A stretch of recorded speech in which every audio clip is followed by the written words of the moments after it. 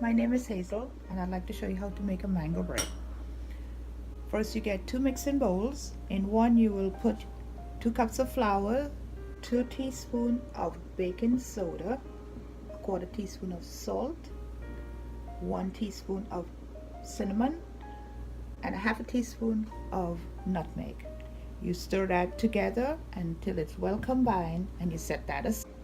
When I make banana bread or mango bread, any kind of bread that's flavored, I like to add pecans or walnuts.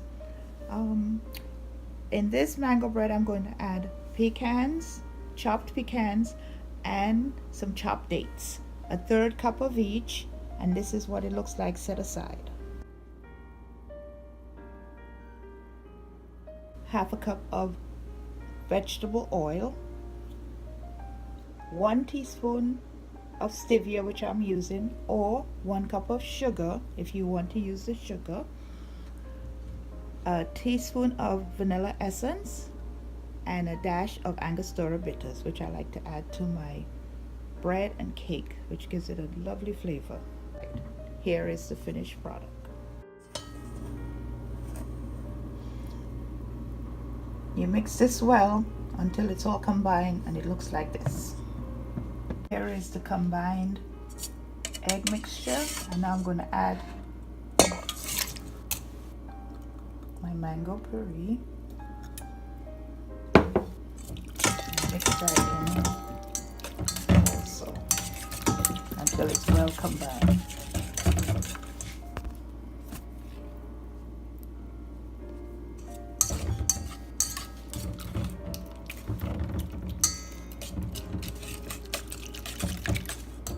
Now I'm going to add my dry to my wet and stir until it's well combined.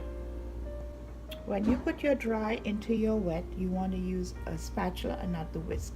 You just keep mixing until it's nice and moist, add in all the other ingredients, and keep using the spatula, not the whisk.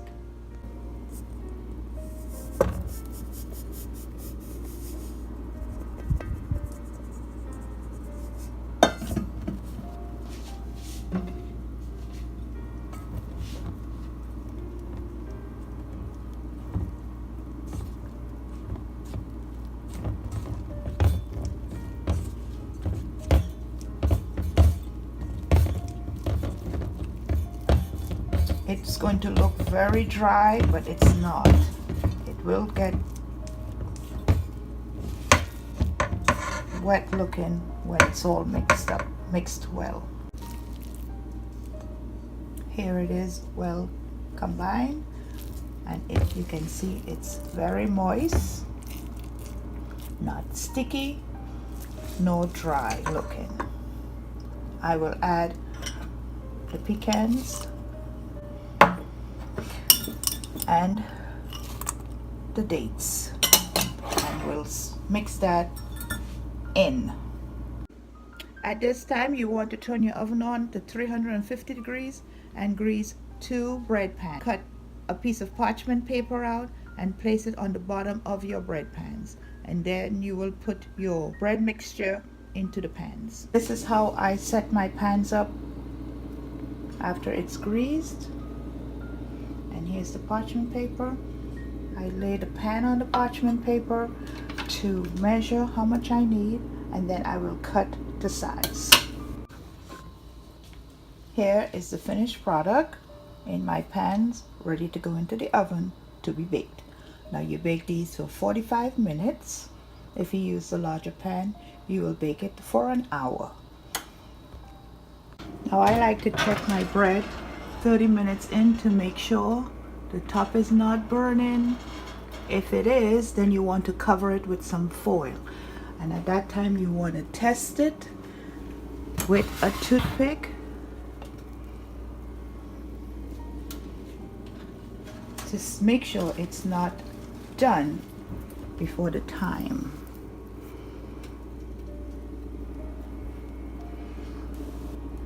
And here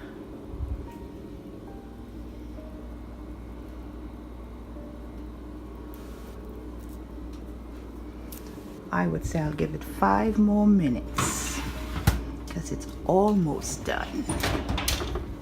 See, I still have 16 minutes on my clock, but I'm going to give it 5 minutes and then I'll take it out of the oven. After taking it out of the oven, you want to set it on a rack, the pan on a rack, to cool.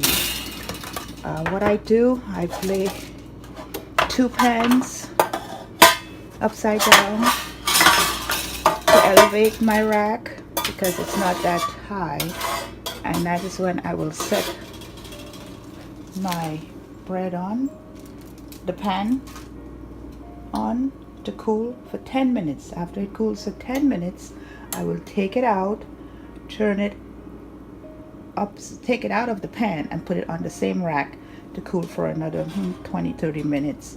And you can cut into it and see and enjoy. See you in a minute. Now here is the finished product. As you can see, it is completely done and cooling on the rack.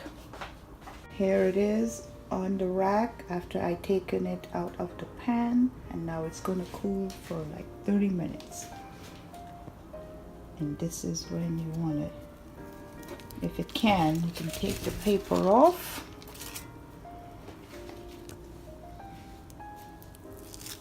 Oops, I put a little too much, but that's okay.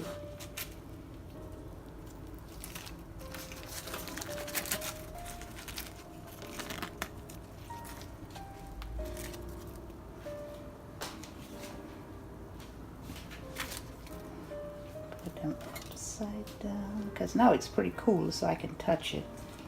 But upside down in 20-30 minutes. And if you want, you can wrap it in foil, saran wrap, but it'll be gone before it even touched the wrap. Enjoy. See you next time.